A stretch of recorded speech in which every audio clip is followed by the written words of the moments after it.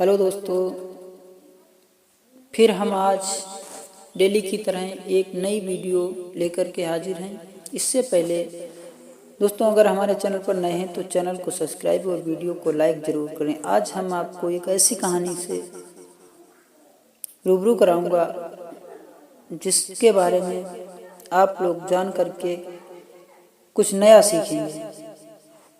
इस कहानी में आज हम बताएंगे आप लोगों को स्त्री का विश्वास और कर्मों का फल।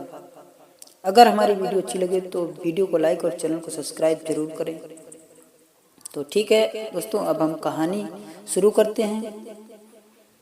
किसी एक गांव की बात है। उस गांव में ब्राह्मण अपने पत्नी के साथ रहता था। पत्नी उसकी थी वो बहुत ही मुंहफुट थी, इसलिए ब्राह्मण के कुटुंबियों के संग उसकी बनती नहीं थी। परिवार में सदैव कलह का वातावरण बना रहता था।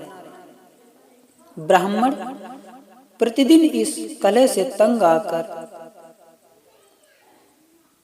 सोचने लगा कि रोज रोज की कलह से बच कर के हम परदेश जाकर के अलग घर बसाकर रहना अच्छा ही होगा। कम से कम शांति से तो जीवन व्यतीत होगा। यह विचार कर वह कुछ दिनों के बाद अपनी पत्नी ब्राह्मणी को लेकर परदेश की यात्रा पर निकल गया। मार्ग में एक घना जंगल पड़ा। लंबी यात्रा के कारण ब्राह्मण और ब्राह्मणी दोनों थक गए थे। ब्राह्मणी को प्यास के कारण बुरा हाल हो रहा था। ब्राह्मण उसे एक पेड़ के नीचे बिठा करके जल की व्यवस्था करने के लिए चले गए, किंतु जब तक वह जल लेकर लौटा तब तक ब्राह्मणी ने प्यास के कारण अपने प्राण त्याग दिए। ब्राह्मणी को मृत देखा ब्राह्मण बहुत दुखी हुआ और वह ईश्वर से प्रार्थना करने लगा, हे ईश्वर, मैं अपनी पत्नी के साथ एक नया जीवन आरंभ करने परदेश जा रहा था। तूने इसके ही प्राण हर लिए। कृपा कर भगवान मेरी पत्नी में पुनः प्राण फूंक दे, जिससे ये जीवित हो सके और हम अपनी यात्रा को आरंभ करें। ब्राह्मण की प्रार्थना सुन ईश्वर की आकाशवाणी हुई, ब्राह्मण, यदि तू अपने आधे प्राण ब्राह्मणी को दे दे तो वह जीवित हो जाएगी और उठ पड़ेगी और तेरे साथ चलेगी। यह सुनकर के ब्राह्मण ने अपना वचन दिया, महाराज, हम आधे प्राण ब्राह्मणी को दे रहे हैं। ठीक है महाराज। तभी ब्राह्मणी पुनः जीवित हो गई। दोनों ने पुनः अपनी यात्रा प्रारंभ कर दी। चलते चलते दोनों एक नगर के बाहर पहुंचे। वहां पहुंचकर ब्राह्मणी ने ब्राह्मण को एक कुएं के पास बैठने को कहा और स्वयं अपने आप ब्राह्मण भोजन की व्यवस्था करने के लिए चले गए। ब्राह्मणी कुएं के पास गई तो उसने देखा कि एक लंगड़ा किंतु कुमार युवक रहट चला रहा था। दोनों ने एक दूसरे से हंसकर बात की और एक दूसरे के प्रति आकर्षित हो गए। दोनों अब साथ रहना चाहते थे। इधर जब ब्राह्मण भोजन की व्यवस्था कर वापस लौटे तो ब्राह्मणी को उस युवक सुकुमार के साथ बातें करते हुए पाया। ब्राह्मण को देखकर ब्राह्मणी बोली, हे पति महाराज, ये युवक भी भूखा है, इसे भी भोजन से कुछ अंश दे दो, हमारा पुण्य प्राप्त होगा, हमें पुण्य की प्राप्ति होगी। ब्राह्मण ने उस युवक को अपने साथ भोजन कराने का आमंत्रित किया। तीनों ने साथ साथ भोजन किया। भोजन करने के बाद जब प्रस्थान करने का समय आया तो ब्राह्मणी ब्राह्मण से बोली, महाराज, क्यों ना इस युवक को भी अपने साथ ले चलें। 2 से 3 भले बात करने के लिए एक अच्छा साथी तो मिल जाएगा। वैसे भी तो हम कहीं जाते हैं तो आप अकेले चले जाते हैं और हम यहाँ अकेले रह जाते हैं। मुझे भय लगता है। ठीक है, तो किसी प्रकार भय नहीं रहेगा। ब्राह्मण बोला, हम अपना बोझ तो उठा नहीं पा रहे हैं, इसे अपने साथ कैसे ले जाएंगे? मेरी मानो इसे यहीं छोड़ दो, हम दोनों आगे चलते हैं। किंतु ब्राह्मणी का हृदय उस व्यक्ति पर आसक्त हो चुका था। वह कहने लगी, इसे हम अपने साथ ले चलेंगे, लेकिन वो नहीं माना।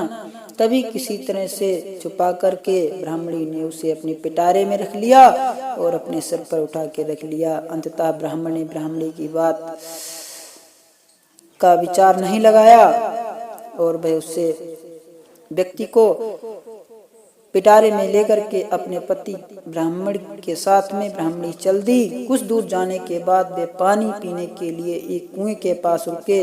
वहां पानी निकालते समय ब्राह्मणी और उस व्यक्ति ने निकल करके ब्राह्मण को एक कुएं में ढकेल दिया।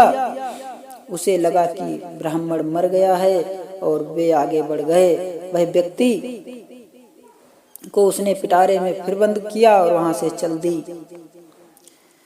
अपने ब्राह्मण को कुएं में डालने के बाद जब उसे पिटारे में बंद करके ब्राह्मणी लेकर के चली, कुछ दिनों तक यात्रा के पश्चात एक नगर की सीमा पर जा पहुंचे। तब भी वो पिटारे में था। सीमा पर उपस्थित पहरेदारों ने ब्राह्मणी को रोक लिया और पिटारे की तलाशी ली। तलाशी में वह व्यक्ति निकला। दोनों को राज दरबार ले जाया गया। राज दरबार में राजा ने ब्राह्मणी से पूछा, ये कौन है? इसे तुम पिटारे में छुपाकर क्यों ला रही थी? ब्राह्मणी बोली, ये मेरे पति हैं। कुटुंबियों से तंग आकर हम अपना देश छोड़कर परदेश आए। कई लोग मेरे पति के बैरी हैं जो इसे मारना चाहते थे, इसीलिए हम अपने पति को पिटारे में छुपा कर लाई हूँ। कृपा कर आप इस नगर में हमें निवास करने की अनुमति प्रदान कर उपकार करें। राजा ने उन्हें नगर में बसने की अनुमति दे दी और दोनों नगर में पति पत्नी की तरह रहने लगे। उधर कुएं में गिरे ब्राह्मण को कुछ साधुओं ने कुएं से बाहर निकाल दिया था। कुछ दिन साधुओं के साथ रहकर ब्राह्मण उसी नगर में आ गया जहां ब्राह्मणी लंगड़े के साथ रह रही थी। एक दिन ब्राह्मण की ब्राह्मणी से भेंट हो गई, जिसके बाद दोनों में कहा सुनी होने लगी। बात बढ़कर राजा के समक्ष पहुंच गई। राजा ने ब्राह्मणी से पूछा, ये कौन है? ब्राह्मणी बोली, ये मेरे पति का बैरी है, उसे मारने आया है। इस ब्राह्मण को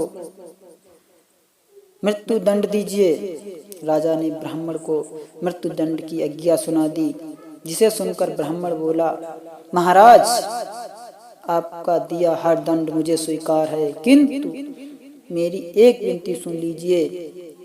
इस स्त्री के पास मेरा कुछ है, उसे दिलवा दीजिए। राजा ने ब्राह्मणी से पूछा, इस व्यक्ति का कुछ तुम्हारे पास है? ब्राह्मणी बोली, नहीं महाराज, मेरे पास इसका कुछ भी नहीं है, ये झूठ बोल रहा है। तब ब्राह्मण बोला, तूने मेरे प्राणों का आधा भाग लिया है, ईश्वर इसका साक्षी है। ईश्वर से डर स्त्री, अन्यथा तेरा बुरा परिणाम होगा, भगवान तुझे माफ नहीं करेगा। ब्राह्मणी यह बात सुनकर डर गई और बोली, जो कुछ भी मैंने तुझसे लिया है वह तुझे वापस करने का वचन देती हूँ। यह कहना चाहती थी ब्राह्मणी। कहने के बाद जैसे ही उसने कहा कि हम आपका वचन वापस करते हैं, बस ब्राह्मणी नीचे गिर गई और उसने वहीं पर अपने प्राण त्याग दिए। जैसे ही आधे प्राण ब्राह्मण के प्राणों में समा गए और ब्राह्मणी को संस्वत वृत्तांत कह सुनाया। राजा सारी बात सुनकर के और पूरी बात जानने के बाद में उस लंगड़े व्यक्ति को, जो राजकुमार था, उसके साथ ब्राह्मणी के रह रहा था, एक बहुत ही गंदा व्यक्ति था, जिसे राजा ने सजा दी, उसे मौत की सजा दी और उसे मरवा दिया गया। इस कहानी से आप लोगों को क्या सीख मिलती है? बुरे कर्म का फल बुरा होता है।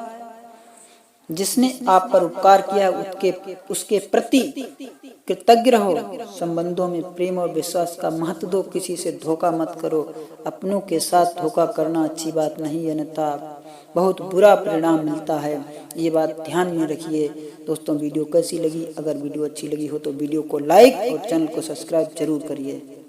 हम प्रतिदिन ऐसी ही वीडियो इस चैनल पर लेकर आते रहेंगे, बस आप लोगों का सपोर्ट चाहिए।